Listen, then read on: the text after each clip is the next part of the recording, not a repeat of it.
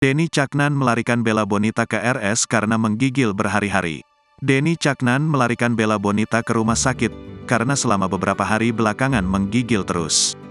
Kondisi Bella Bonita yang sering menggigil tersebut diketahui Denny Caknan pasca melahirkan anak pertama mereka pada tanggal 5 Februari tahun 2024. Kini Denny Caknan berharap supaya Bella Bonita lekas diberi kesehatan. Denny Caknan pun mendukung Bella Bonita dengan mendampingi di RS. Diketahui Bella Bonita istri Denny Caknan tiba-tiba dilarikan ke RS karena kondisi kesehatannya.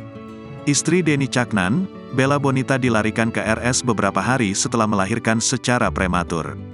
Pasca melahirkan tersebut, Bella Bonita menggigil selama berhari-hari sehingga Denny Caknan khawatir. Alhasil Denny Caknan membawa Bella Bonita untuk mendapatkan perawatan medis di RS. Penyanyi sekaligus pencipta lagu pop Jawa dan koplo, Denny Caknan lantas membagikan kabar terbaru dari sang istri, Bella Bonita. Denny Caknan menyebut istrinya menggigil selama beberapa hari setelah melahirkan. Karenanya, kini Bella Bonita tengah menjalani perawatan di rumah sakit.